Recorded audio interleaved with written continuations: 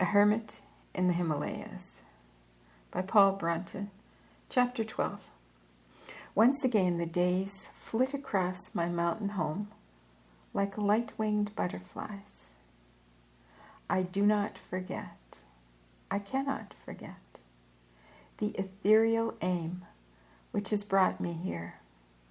Above all else lies this inexorable necessity of attaining and retaining for a while an increasing degree of spiritual, mental, and physical stillness.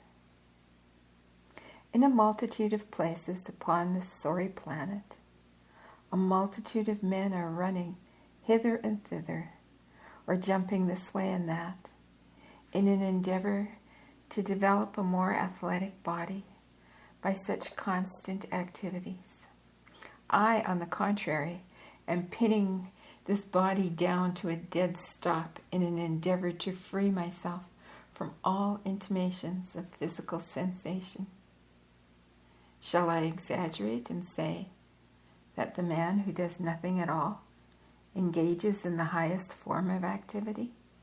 That the man who is always busy really does nothing at all? That in fact the supreme mission of man for which he was sent down to this world is precisely to do nothing? But alas, few will understand this thought. We desire a concrete justification of man's right to exist in the form of work, but nothing else that is great in nature asks us for it. The sun does not work, yet it accomplishes the law of its being better than any man ever does. It merely shows itself, and at once all the thousand activities of earth begin to hum of their own accord. Let us be like suns and learn how the highest form of art, of doing nothing, will bring all nature running to our feet and ready to become energetically engaged in every kind of activity on our behalf. In a multitude of other places, a multitude of other men are agitating the molecules of their heated brains in intellectual reflections upon 100 subjects. I, on the contrary, take symbolic ice from yonder summits and apply it for a time to my head in the hope of freezing away all manifestations of reflective action. And in all the 5 continents of the world, other men are cajoling their Creator with offerings, rites, self-tortures, aspirations, incantations, prayers, and ceremonies. I, in final insurrection against all these mummeries, keep my heart as quiet as a placid pool, and await the Creator's revelation with the proud patience of one who knows he is eternal. There is no hurry in my effortless efforts. Failure is and shall be meaningless to me. I do all acts now under a sense of the cyclic nature of things and under a sense of the immortality that is in the midst of our mortal existence. The wheel of life turns in its course as the wheel of the universe turns through creations and dissolutions. And my attainment must unfailingly come to me in the end. There is no being and no obstacle strong enough to keep me from that. No creature, whether human, subhuman, or superhuman, whether evil or not, can stop the water of my life from ultimately rising and returning to the level of its divine source. That return may not be accomplished for many years or for many lives to come, for I cannot predict the hour or the day when this sacred influx will take place, but I can wait. The sense of inescapable eternity envelops me now like a cloud. I live, move, and breathe within that cloud. But how do I know that success is so certain? Wherefrom emanates this unquestioned optimism that roots itself so deeply and so strongly in my heart? I myself can but answer that I hardly know. It is there, and I accept it. I do not question the sun which homes itself in the sky. I cannot question this confident instinct which homes itself in my heart. Some reinforcement has come to it in the past, true, but had it not already existed, no external contact could have made it live so powerfully as it does now. When, on the Thames bank, one summer evening, my spirit was drawn unexpectedly out of its earthly case, as a sword is drawn out of its scabbard, and I was taken into the realm of interstellar space. That contact was then given and imparted an immense strengthening of the already born instinct. The message of the God's implacable will to effect man's divine restoration was delivered to me, and from that memorable presence of the sacred four, I returned with a string of words impressed upon my mind, whose purport sometimes frightens me and sometimes exalts me. But whatever the result, I place my unreserved trust in the eternal nature of those forces which hold the world within their grasp, and consequently hold my individual life too. Knowing the glorious end, the glorious if unfulfilled destiny of mankind, I can wait calmly. I, too, as a human being, must share it with the others. All the defeats are but temporary. The miseries which walk in the train of mundane life do not touch the overself, which will one day reclaim its own, for all else is subordinate to it. With such confidence, then, a man may sit on his mountaintop and let life hasten by him. With such inbreathing of the air of eternity, he may afford to bide his time and know how to wait without complaint. Life is invested with unalterable, benign principles. Let me accept them then. Hope is the herald of all truth. We begin to sense the coming of our overdue revelation by a blind, unconscious, questing eagerness to receive it. One more evening on the leaf-strewn sanctuary is markedly fruitful. The inward presence has been waiting unwearied for me.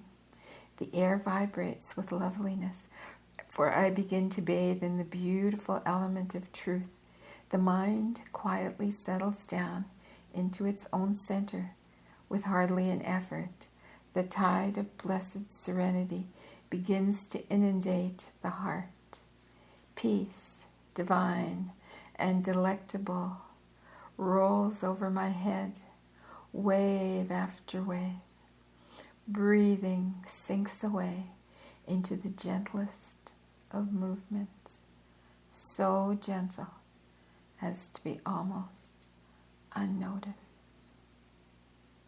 The procession of eternity passes by all the petty irritations and egoistic twists, the deep-scarred bitternesses and rebellious cynicisms and trivial cares fall for a time out of my character as dead brown leaves falling from sapless, darkening trees in autumn.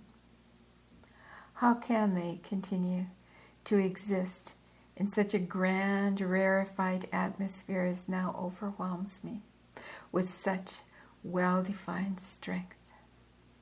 How can these futile pain-giving elements continue to affect me when another self, the overself, now arises in all its sublimity and makes me its temporary victim, seizing mind, heart, and body in its grip as a cat seizes a mouth with its white teeth.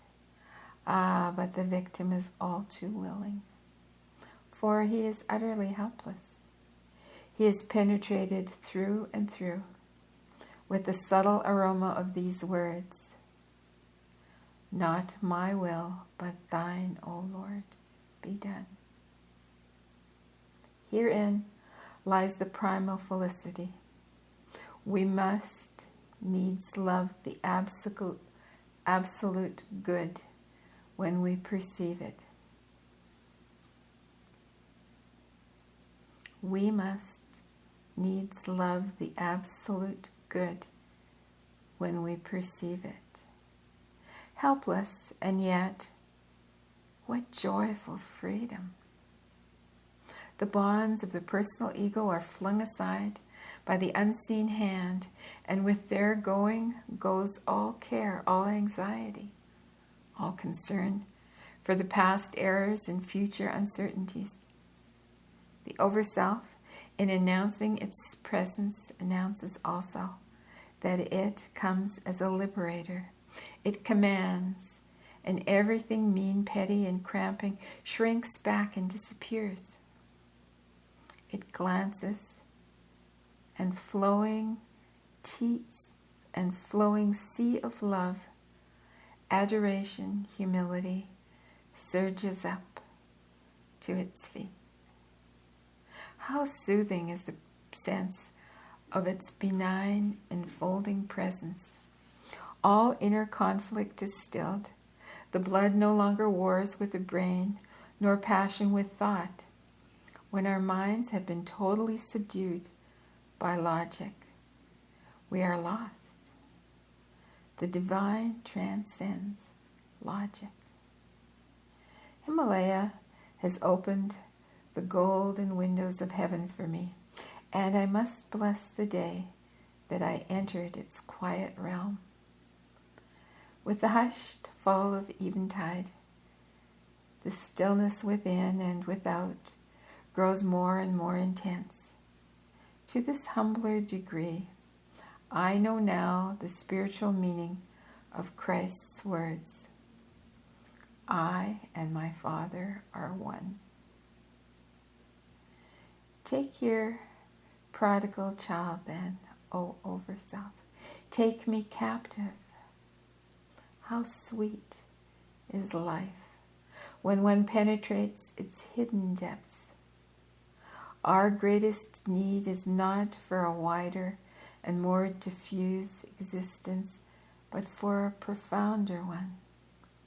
Such an experience helps one to understand why men cling so desperately to life, even in the face of acute bodily suffering and terrible torture of mind and spirit, for their very clinging is but a faint percolation into our world of that intense, ecstatic, satisfying peace which dwells in life's secret heart. They hold to life because they sense unconsciously that it is a boon worth having. Could they but trace physical life back to its original source, they would possess themselves of this boon. For the ephemeral existence of a few score years holds only a distant reflection of the real hidden current life. No, of the real hidden life current. Just put a small area of the entire circle of being. A message comes from Darjeeling with the news that Rutledge has at last been forced to abandon his expedition to climb Mount Everest. The world's best-known peak and loftiest pinnacle will not yield. Himalayas' highest aspiration outsoars mankind's reach.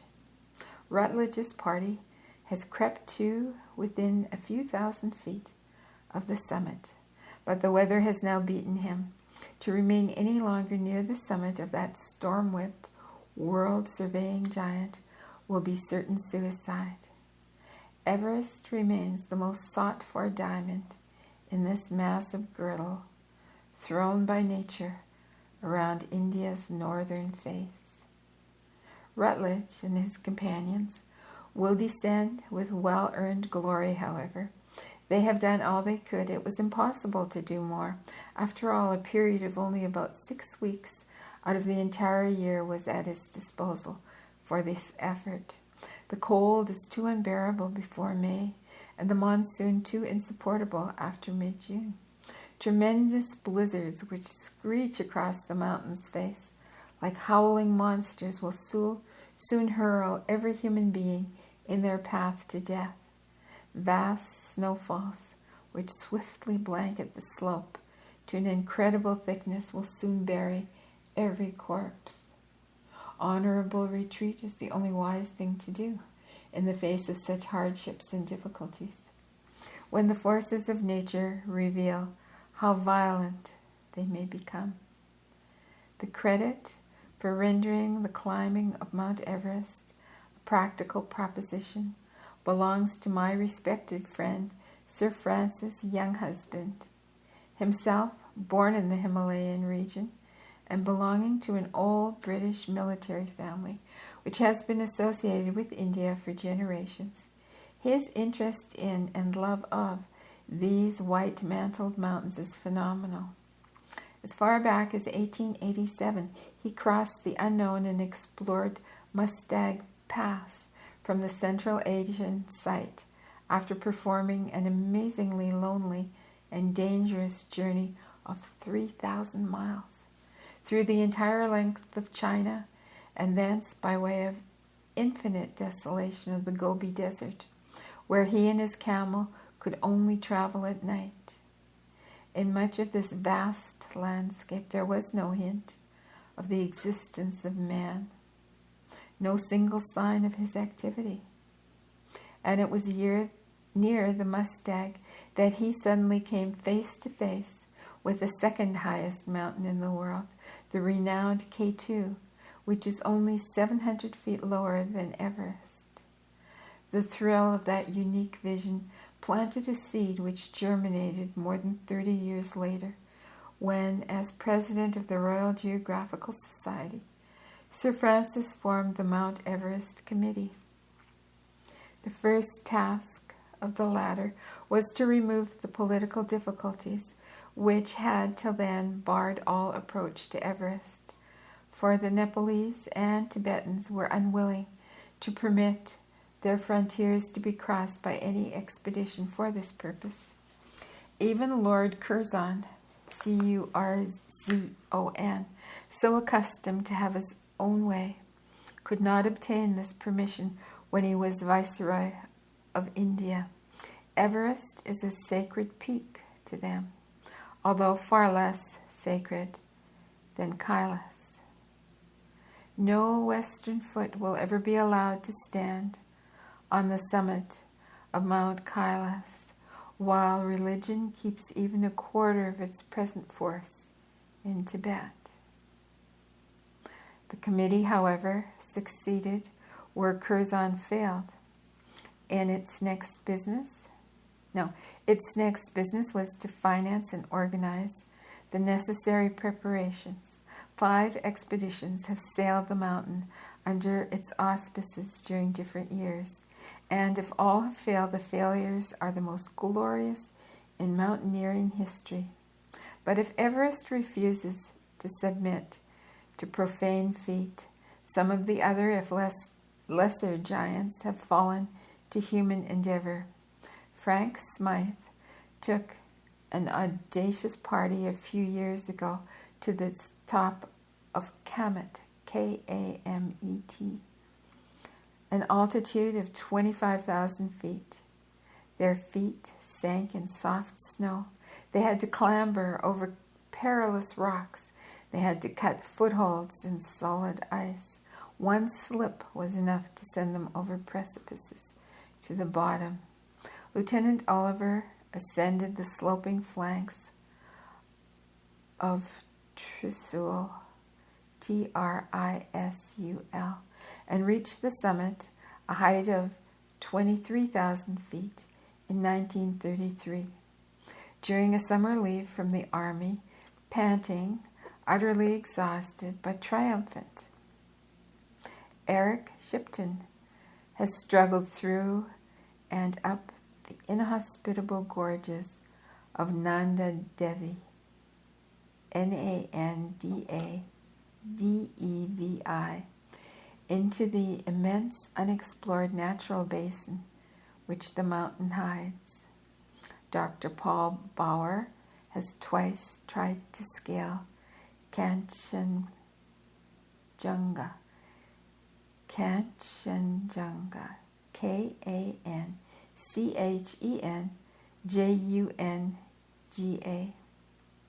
but at 25,600 feet with the summit in sight, he could find no further foothold on those mountainous walls of ice and snow, and was in momentary danger of impending avalanches. He had to turn back. Merkel's German group attempted Nanga Parbat 2 years ago. Half of them lost their lives. Merkel himself dying of cold in an ice cave 23,000 feet high after being terribly frostbitten on those accumulated cones of snow. Here too, in the Terry Garhwal region of the central Himalayas, came Palis, Palis, and his comrades in 1933. They must have passes. They must have passed my forest bungalow on their route to Tangrotri, and probably spent the night there. At Tangrotri, they found a cluster of peaks, chiefly of the 20,000 feet size awaiting them. They climbed 18,000 feet, descended over Kedarnath group, and ascended a 20,000-foot summit. Then they attacked Satarpanth, Satopanth, an altitude of 22,000 feet, and succeeded again. Their exhausted bodies needed much rest, so they returned to Harsul near Gangotri for a few days, and then they set out. They climbed the glacier into the rugged Nella Pass, and then descended to the Spiti Valley, Spiti Valley, on the Tibetan border. From here, they fought their way through mists, blizzards, and wind, to the accompaniment of violent thunder up the domineering peak of Leopardia, until its 22,000 feet had been surmounted. Very few other Himalayan heights have been conquered, and the record of successes is still extremely brief. Mummery went up Nanga Parbat, yet how far nobody knew, for he was never heard of again. The Duke of Abruzzi found K2 unclimbable, but man must struggle upward, physically no less than spiritually, and his powers of invention may yet find means of defying nature and due to the Asiatic Himalayas what he has already done to their shorter cousins, the European Alps. The adventure of braving the world's worst glaciers and steepest slopes and highest altitudes demands, however, an exceptional body fitness and power of endurance which many do not possess. The small amount of oxygen in the air at these altitudes renders every breath an effort and every step an exertion. The pressure of the atmosphere alters, and severe prostrating headaches attack the unacclimatized intruders. Hearts must be perfectly sound, lungs must be large and strong, limbs must be hardy, or a man had better remain as I remain now, at a little less than 10,000 feet on the Himalayan altimeter, unless he wants to play roulette with death. The biting cold and cutting winds and the constant storms render these ice-bound regions above the snowline painfully purgatorial. Stung into helpless irritability by the Arctic temperature, numbed into morbid depression by the sluggish circulation of blood in the body, experiencing respiratory distress to the point of needing 3 or 4 breaths between each step, haunted by the ever-present danger of a slip over a ghastly precipice down to a certain death, and affected by internal sickness through the changes in the working of the kidneys, men can only dare to climb the proud peaks of Himalaya if they are made of heroic, optimistic stuff, quite apart from having to possess the necessary qualifications of physical soundness and comparative youth. There is indeed a spiritual value plus a spiritual significance in these repeated challenges to Himalaya. Anyone who voluntarily sets out to explore its face and permits no limit of height to daunt him must surely possess qualities which belong also to the novitiate of a diviner life. He is ready to part with his dearest property, his right to exist, in the risk of his high enterprise. So must a spiritual aspirant be ready to go where the inner voice bids him go, even to torture and martyrdom, as several have gone, and let life slip out of the flesh too.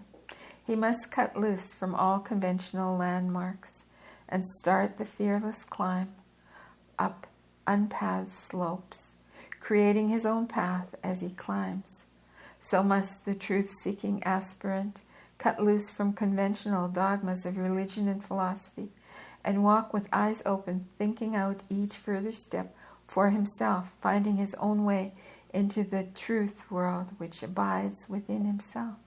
And finally, the mountaineer must love solitude, simplicity, tranquility, and the scenic beauty of nature, or these unfrequent heights would not attract him at all.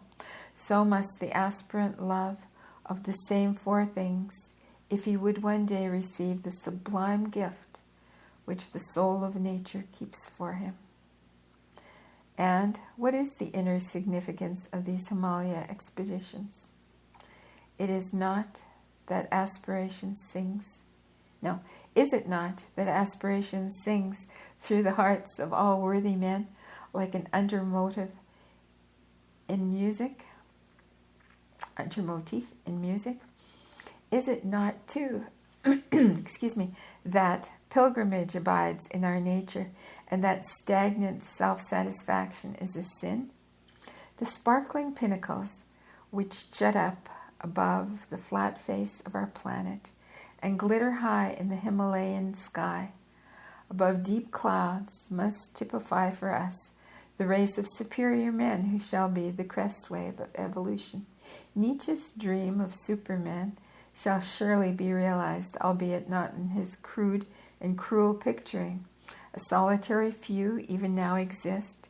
They shall be both goal and guide. In the illumined